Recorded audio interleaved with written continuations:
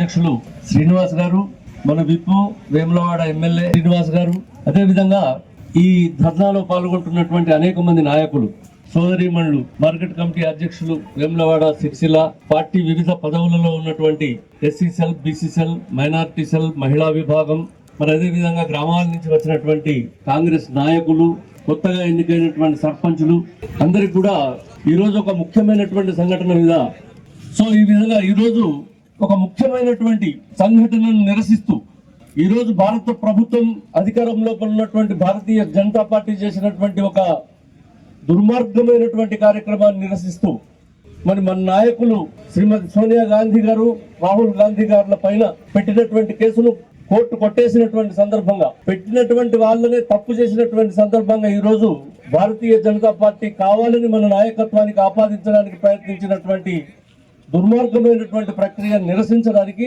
ఈరోజు ఇక్కడ మనం భారతీయ జనతా పార్టీకి మన నిరసన తెలిసేటువంటి కార్యక్రమాన్ని అఖిల భారత కాంగ్రెస్ కమిటీ అధ్యక్షులు ఖర్గే గారు ఇచ్చినటువంటి పిలుపు మేరకు మరి ఇక్కడ ఈ ధర్నా మనం నిర్వహిస్తా ఉన్నాం.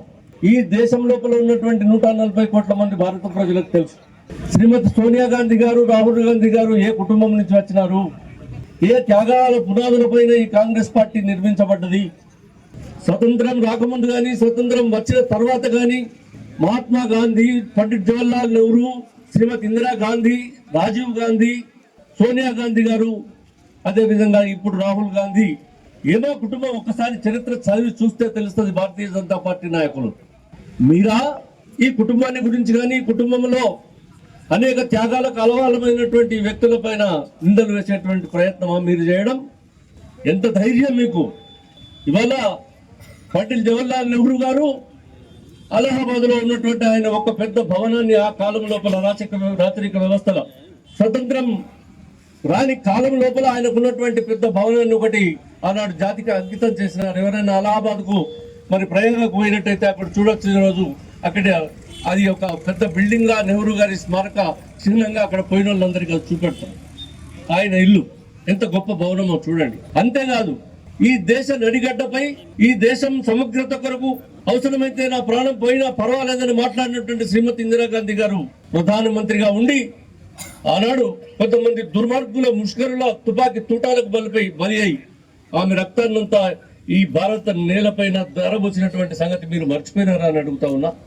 రాజీవ్ గాంధీ గారు మరి దేశ సమగ్రత కొరకు ఆయన మాట్లాడుతున్నటువంటి మరి చుట్టుపక్కల ఉన్నటువంటి మన ఇతర రాష్ట్రాలు, ఇతర దేశాలు సమైక్యంగా ఉండాలనేటువంటి ఉద్దేశంతో ఒక పీస్ కీపింగ్ ఫోర్స్ అని చెప్పి ఇక్కడికి పంపినటువంటి సందర్భంగా వాళ్ళు అలిగి ఈ దేశం లోపల ఉన్నటువంటి కొన్ని దుర్మార్గులతో కుమ్ముకై రాజీవ్ గాంధీ గారిని మానవ బాంబు పెట్టి పేల్చివేస్తే రాజీవ్ గాంధీ గారి శరీరం 100 వక్కలై ముక్కలు చెక్కలైతే శరీరం శవం కూడా దొరకనటువంటి పరిస్థితి లోపల ఆ వక్కలన్నీ ఏరుకొని సంచులలో వేసుకొని తీసుకుపోతే ఇంత ఘన చరిత్ర కలిగినటువంటి జాతి నాయకులను కన్నటువంటి మనం మీరా ఇవాళ భారతీయ జనతా పార్టీ వాళ్ళు ఇక్కడ ఈ కుటుంబాన్ని విమర్శించేది?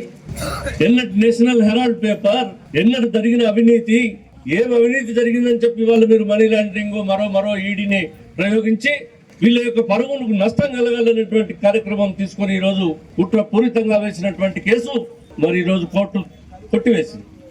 సిగ్గుపడాలి మీరంతా. మీరు చేసినటువంటి కార్యక్రమానికి సిగ్గుపడి భారత జాతికి క్షమాపణ చెప్పవలసినటువంటి అవసరం ఉన్నది. కాంగ్రెస్ పార్టీ నాయకత్వానికి కూడా కాదు, భారత జాతికే క్షమాపణ చెప్పవలసినటువంటి అవసరం ఉన్నది. ఈ దేశం స్వాతంత్రం కొరకు మాత్రమే కాకుండా స్వతంత్రం వచ్చిన తర్వాత కూడా ఈ దేశానికి ప్రాణాలను త్యాగం చేసినటువంటి చరిత్ర కలిగినటువంటి గొప్ప ధన్యులు అయినటువంటి మా నాయకత్వానికి పోటీగా వీళ్ళు ఒక్క నాయకుడైనా ఈ రోజు ఉన్నారా చెప్పడానికి అని చెప్పి నేను అడుగుతా ఉన్నా. ఎవరు మీరు ఇవాళ కులం పేరుతో, మతం పేరుతో దేశాన్ని విభజించి దేశం లోపల ఉన్నటువంటి ప్రజల మధ్యన చిచ్చును పెట్టి ఒక్క మతం పేరుతో ఓటు సంపాదించుకోవాలనేటువంటి ఏకైక ప్రణాళిక కలిగినటువంటి దిక్కుమాలిన పార్టీ మీరెక్కడ?